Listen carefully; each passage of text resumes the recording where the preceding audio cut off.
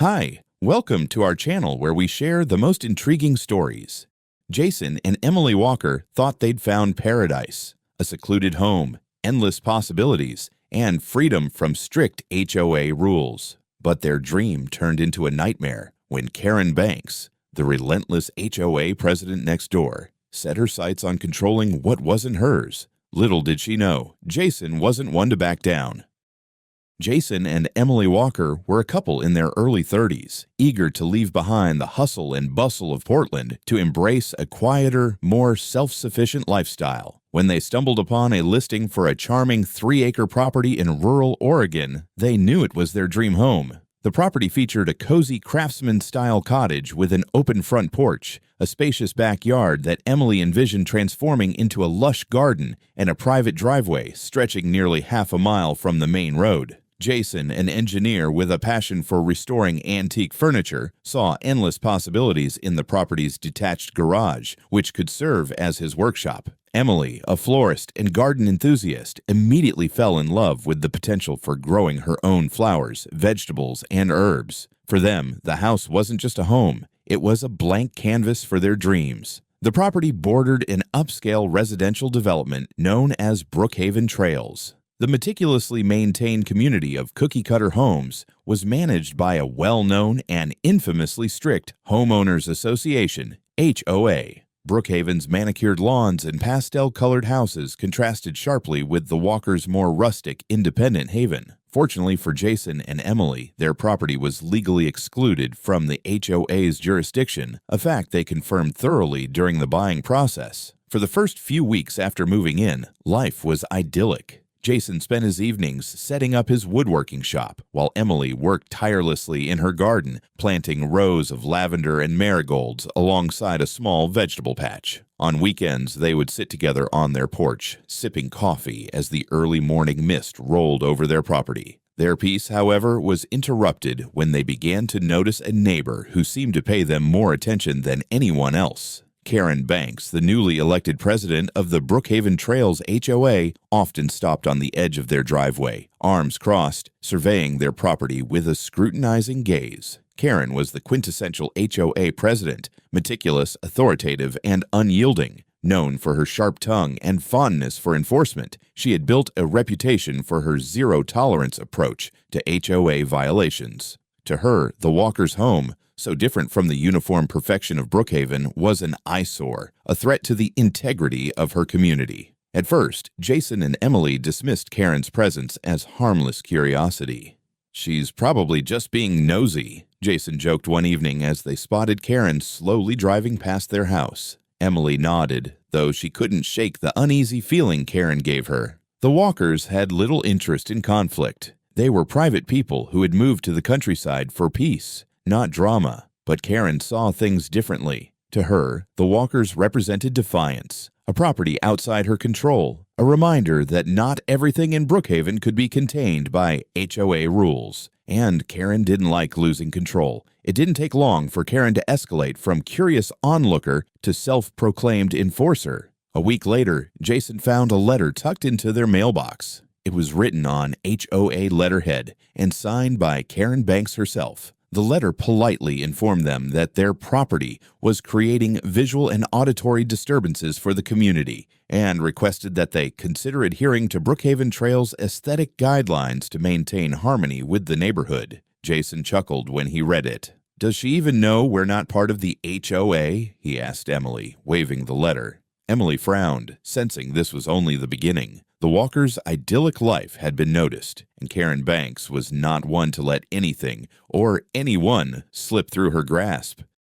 The first letter from Karen Banks seemed more like a misunderstanding than a true problem. Jason and Emily, confident in their legal independence from the HOA, saw no reason to worry. Jason crafted a polite response, attaching copies of their property deed and other legal documents that clearly showed their property was not part of Brookhaven Trails. He even hand-delivered the letter to Karen's house, thinking a direct, friendly approach might diffuse any tension. Karen, however, was not someone who appreciated being corrected. A week later, another letter arrived. This one was far less polite. Karen accused the Walkers of ignoring her community recommendations and threatened them with fines for violations of Brookhaven Trails bylaws. The letter specifically cited Jason's woodworking shop as an industrial nuisance and claimed Emily's garden was an eyesore that clashed with the community's aesthetic standards. Jason and Emily were stunned. The idea that their peaceful activities could somehow disturb the pristine lawns of Brookhaven Trails was absurd, especially since their property was separated from the development by a row of thick pines. Jason responded firmly this time, reiterating their exemption from HOA rules and asking Karen to stop sending them correspondence. Karen's response was not what they expected. Instead of retreating, she doubled down. Over the following weeks, Karen escalated her efforts. One morning, Emily spotted a man with a camera taking photos of their property from the roadside. He seemed startled when she approached him, mumbling something about being hired for an inspection before hastily leaving. Another time, Jason noticed unfamiliar footprints in the soft soil near the garden after a rainy night. "I think someone's been snooping around," Jason said, his brow furrowed as he examined the footprints. Emily felt a chill run through her. "You don't think it's Karen, do you?" she asked. "She's persistent," Jason admitted, "but surely she wouldn't go that far." Their assumption was soon proven wrong. One Saturday afternoon, as Jason was working in his garage, he caught sight of Karen herself standing at the edge of his workshop window, peering inside. The audacity of it left him momentarily speechless. Gathering himself, Jason marched outside. "Karen, what are you doing on my property?" Karen didn't flinch. Instead, she squared her shoulders and replied, "I'm conducting a routine community inspection. We've received numerous complaints about this building." Jason stared at her in disbelief. "This isn't Brookhaven Trails. You have no authority here." Karen's face hardened. "All properties adjacent to the community are subject to our standards. You may think you're exempt, but I assure you that's a misunderstanding on your part." Jason shook his head, his voice firm. "It's not a misunderstanding. You're trespassing. Leave now, or I'll call the police." Karen glared at him, her lips pressed into a thin line. "This isn't over," she said, before storming off. That evening, Jason installed a set of security cameras around the property, sensing that Karen's persistence was far from over. Emily, growing more anxious by the day, suggested they speak with a lawyer, just to be prepared. Jason agreed, though he hoped it wouldn't come to that. The Walkers had tried to handle the situation diplomatically, but Karen's relentless behavior made it clear that she wasn't going to back down easily. What had started as an odd annoyance was quickly becoming a full-blown conflict, one that neither Jason nor Emily had anticipated. Jason and Emily were growing weary of Karen's antics. The letters, the intrusions, the veiled threats, all of it was becoming more than a nuisance. They had hoped the security cameras would serve as a deterrent, but Karen's determination only seemed to grow. For a few days, things seemed quiet, and the Walkers allowed themselves to relax. "Maybe she's finally realized she can't push us around," Emily suggested one evening as they planned a short trip to visit Jason's parents. They were gone for 3 days, enjoying the break and assuming their absence would go unnoticed. They couldn't have been more wrong. As they drove back toward their property late Sunday afternoon, Jason and Emily immediately noticed something was off. Where the driveway should have opened to their familiar stretch of road leading to their home, there now stood a set of towering wrought iron gates. Jason slammed the brakes, staring in disbelief. "What the hell is this?" he muttered, stepping out of the car to inspect the structure. The gates were brand new, freshly painted, and locked with a heavy-duty padlock. On the side was a sign. "Private property of Brookhaven Trails, HOA, authorized access only." Emily got out of the car, her face pale. "Is this some kind of joke? How can they block the driveway to our house?" Before Jason could answer, a familiar figure emerged from a nearby car parked off to the side. Karen, dressed impeccably as always, approached with a self-satisfied smirk. "Lovely, aren't they?" she said, gesturing to the gates. "I thought it was time to establish some boundaries." "Karen," Jason began, his voice tight, "what is this? Why are there gates blocking our driveway?" Karen clasped her hands together, feigning innocence. "Well, Jason, after reviewing some updated property maps, it turns out this section of the road actually belongs to Brookhaven Trails. Since it's part of our community, we're ensuring its use aligns with HOA standards. Of course, if you'd like unrestricted access, you're welcome to become HOA members. Then the gates would open for you automatically, free of charge.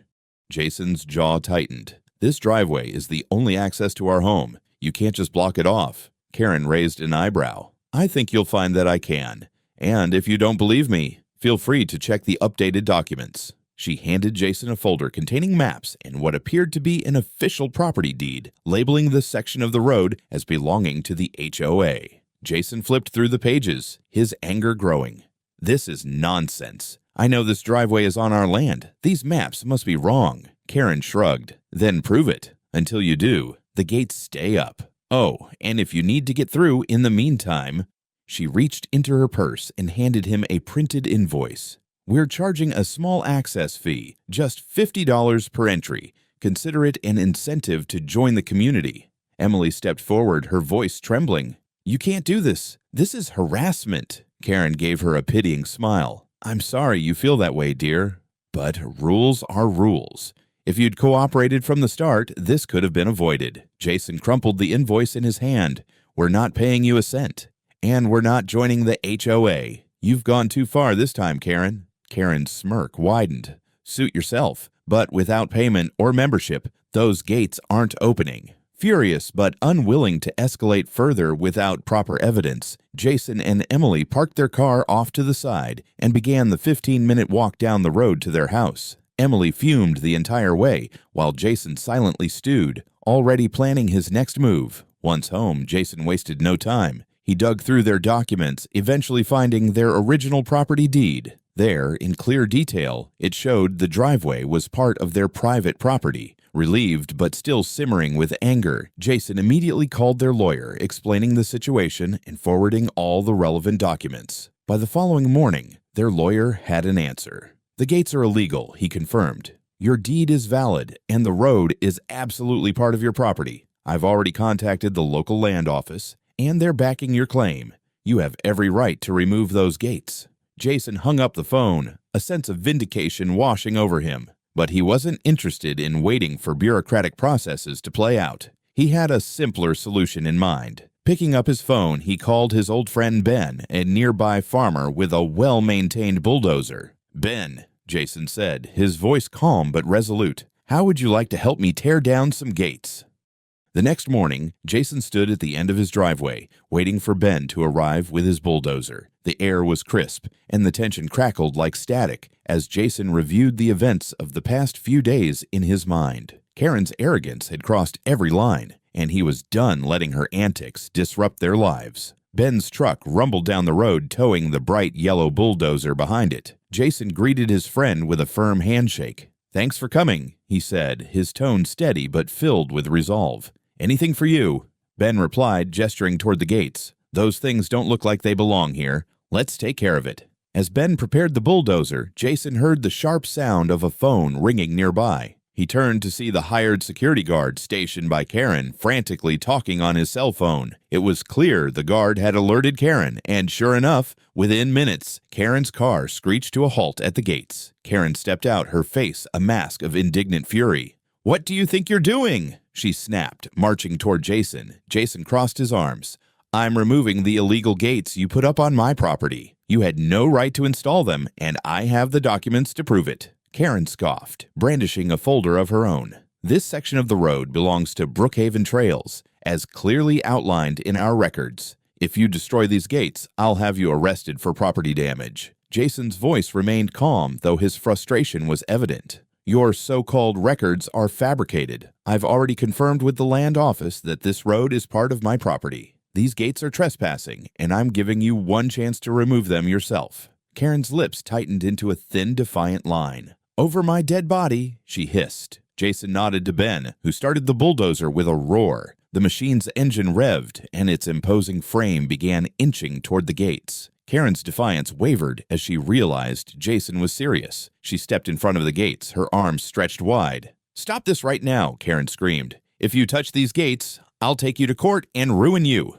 Jason climbed into the cab of the bulldozer, meeting Karen's gaze with unwavering determination. Slowly, he pressed the controls, and the machine began to move forward. Karen's bravado dissolved as she jumped out of the way, nearly tripping over her own feet. With a satisfying crash, the gates buckled under the bulldozer's weight, their once pristine metal now a twisted heap. Ben backed the bulldozer away, leaving the debris sprawled across the road. Karen stood frozen, her face red with humiliation. Then she pulled out her phone and began recording.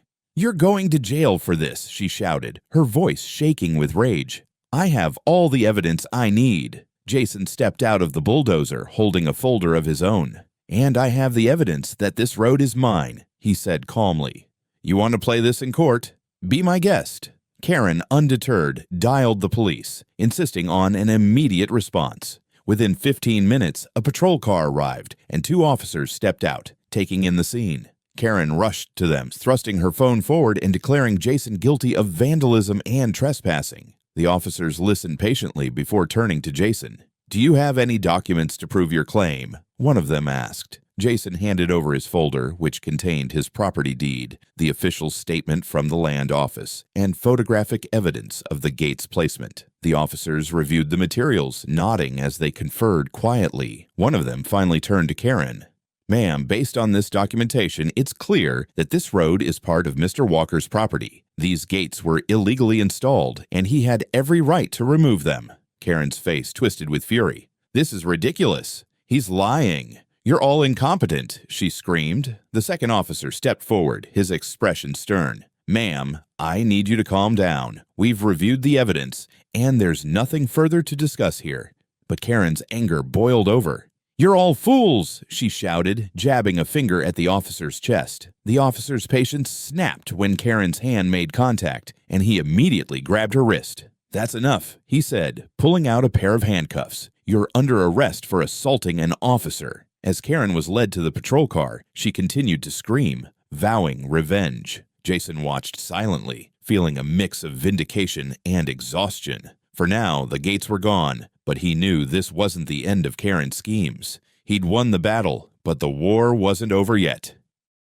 The tension following Karen's arrest lingered like a storm cloud over the neighborhood. Jason and Emily hoped this would be the end of her schemes, but they knew better than to relax completely. Karen wasn't someone who gave up easily. True to form, Karen wasted no time trying to turn the situation to her advantage. Within days of her release, Jason received a certified letter from her lawyer, accusing him of property damage, harassment, and threatening the safety and dignity of a community leader. The letter demanded an immediate payment of $25,000 in damages, along with a formal apology to the Brookhaven Trails HOA. Jason chuckled bitterly as he read the letter aloud to Emily. "Dignity?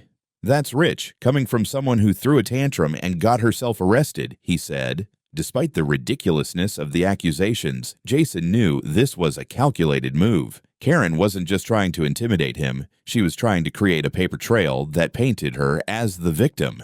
Jason forwarded the letter to his lawyer, who responded swiftly with a counterclaim. The counterclaim cited Karen's illegal gate installation, trespassing, and the documented damage her actions had caused to Jason's property. Along with this, Jason's lawyer included a statement of intent to file for additional damages if Karen continued her campaign of harassment. Karen's response came in the form of more theatrics. She began hosting impromptu HOA meetings in front of the now cleared gate, loudly declaring to anyone who would listen that Jason was a menace to the community. A handful of residents, those loyal to Karen, joined her, snapping pictures and muttering about how Jason's actions were ruining the harmony of Brookhaven Trails. Jason, however, remained calm. He meticulously documented every interaction, kept a detailed record of all communications, and ensured his lawyer had access to all the evidence. Karen's attempts to paint herself as the victim finally crumbled when the local prosecutor reviewed the footage of her assaulting the police officer during her arrest.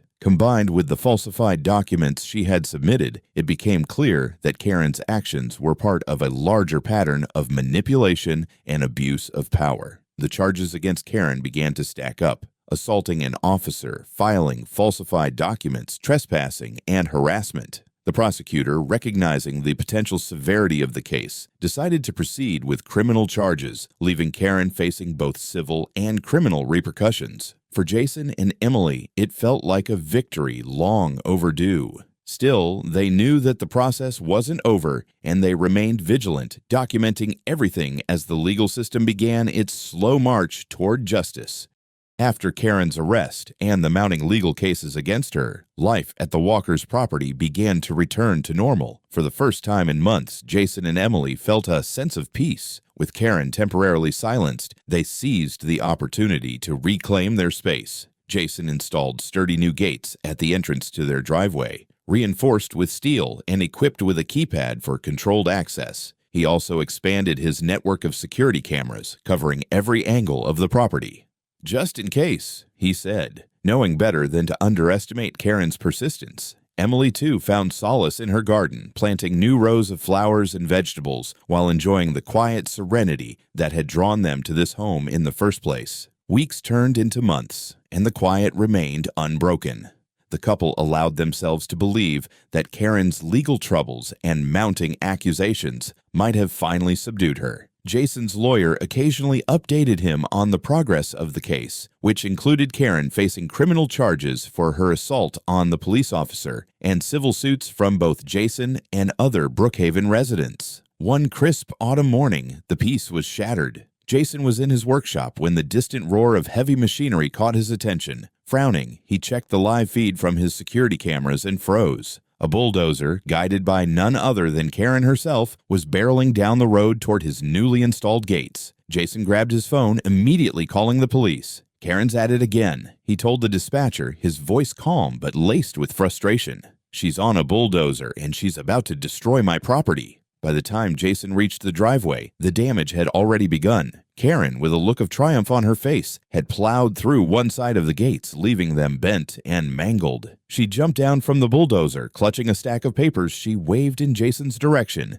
"This road belongs to the HOA," she screamed, her voice echoing across the property. "I have proof, and I'm taking back what's ours." Jason stood his ground, calmly raising his phone to record the entire scene. "You're trespassing and destroying private property, Karen," he said.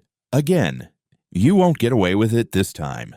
Moments later, the sound of sirens filled the air as police cars pulled up. Officers stepped out, quickly assessing the scene. Karen, emboldened by what she believed to be her new evidence, shoved her papers at the nearest officer. "Arrest him," she demanded. "This land is HOA property, and he's been stealing it for years." The officer reviewed the documents, his expression turning grim. "Ma'am," he said, holding up one of the papers, "these documents appear to be falsified." Again, Karen's triumphant demeanor crumbled. "You don't know what you're talking about," she shrieked. "I'm the president of this HOA. I have rights." Jason calmly handed over his original deed, as well as the court's previous ruling affirming his ownership of the road. The officers nodded and turned back to Karen. "Ma'am, you're under arrest for destruction of property, trespassing, and submitting falsified documents," one officer said, pulling out handcuffs. Karen's protest turned into a furious, incoherent rant as she was escorted to the police car. Jason watched as she was driven away, feeling both vindicated and weary. The gates could be repaired, but the damage Karen had caused over the months had left its mark on their lives. Though justice seemed imminent, Jason and Emily knew better than to let their guard down. This might have been Karen's last desperate act, but the consequences of her obsession would ripple through Brookhaven trails for months to come.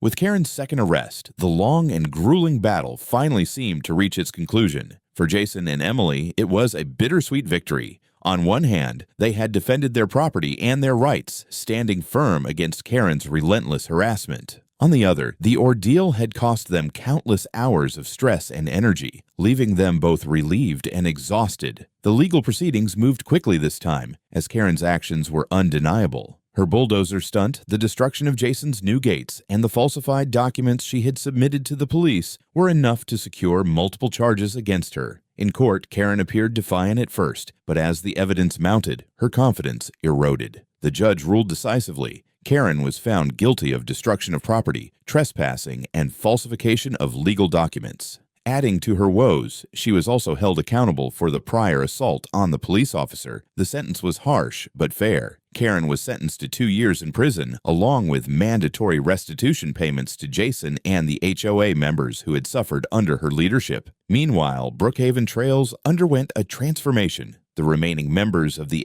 HOA, embarrassed by Karen's behavior, voted to disband the current board and implement reforms. Transparency and fairness became the new priorities, with residents now more engaged in ensuring the HOA served the community rather than controlling it. Jason and Emily finally reclaimed the peace they had sought when moving to the countryside. With the gates repaired and the cameras still in place, their property became a symbol of resilience and independence. Neighbors who once hesitated to speak out against Karen began visiting the Walkers, apologizing for their silence and offering their support. The lasting impact of the ordeal was clear. Karen's actions had not only backfired, but also inspired broader changes. State lawmakers, alerted to the story through local media, began considering new legislation to curb HOA overreach and protect homeowners' rights. For Jason and Emily, the greatest reward was the simple joy of returning to their routine. Jason in his workshop, Emily in her garden, and the two of them sharing quiet evenings on their porch. Karen's presence was finally a distant memory, her legacy reduced to a cautionary tale of power misused and justice served.